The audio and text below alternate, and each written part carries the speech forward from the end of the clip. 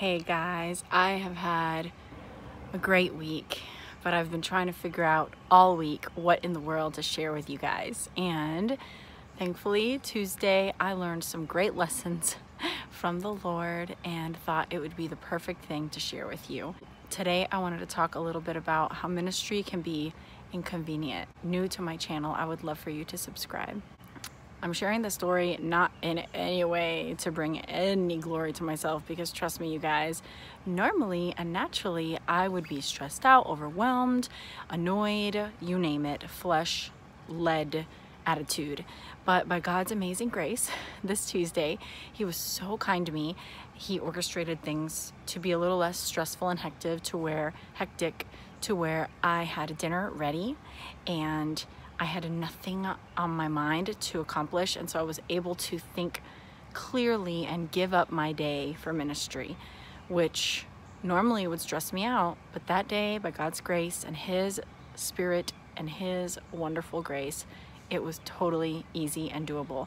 It was a little bit on my mind, like, okay, I'm ready to do what I have to do, but at the same time, simultaneously to that, peace and willingness and genuine enjoyment in what I was doing. So it wasn't like, when can I get out of here? It was honestly very enjoyable as well. So this is what happened. I scheduled to have these 3 amazing young ladies from church come and help me paint my new classroom, and they're all young, 14 and younger. So they don't have a car. Their mom dropped them off, and we planned on being here all afternoon. Well, my foolishness, I only bought 1 gallon of paint for a whole room. I really thought it would be enough, and wasn't. So we start running out of paint, and I think, okay, we're gonna go get paint and then come back and finish painting.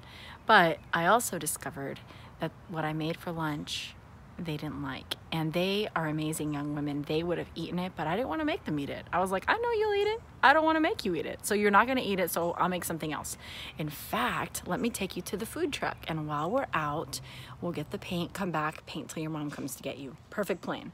So we paint, run out of paint. We get in the car with this awesome plan to go get empanadas and Cuban sandwiches, get the paint, and head back to paint. The car's dead. So right there, I am totally at peace by God's grace. I didn't say, what? I didn't freak out. I didn't get overwhelmed or stressed. The Lord is amazing. And I was like, okay, well, the car's dead, so never mind, change of plan. Let's go inside.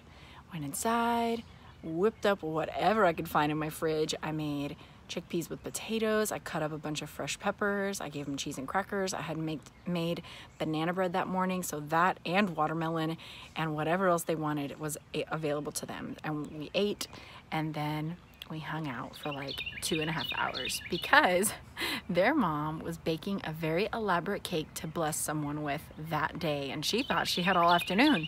So I call her and I'm like, hey, I'm really sorry we ran out of paint, so I'm done with you girls. You can get them whenever you want.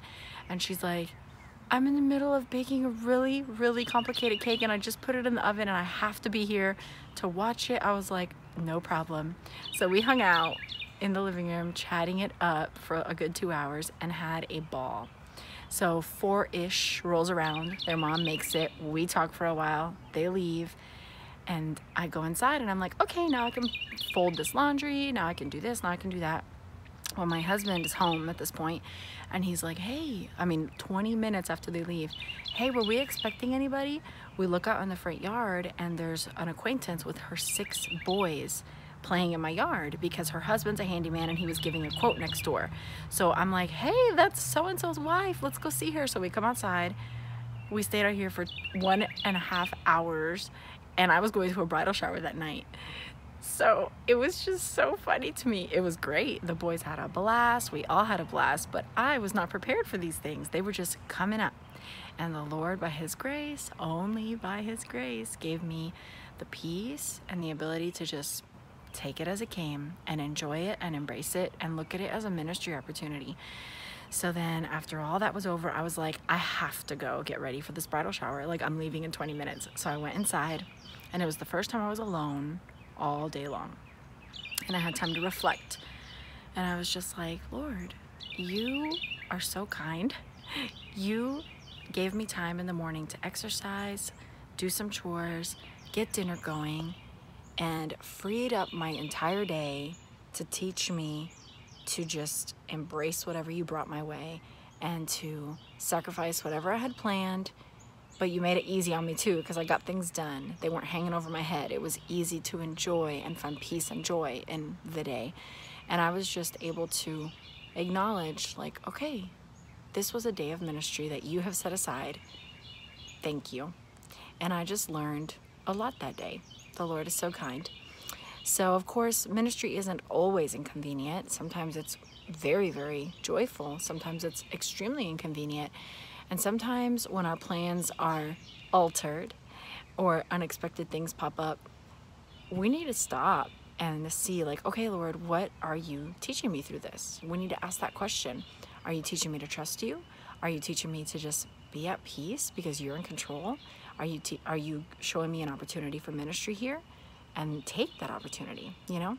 Have I always done that well? No, not at all, actually. Awful.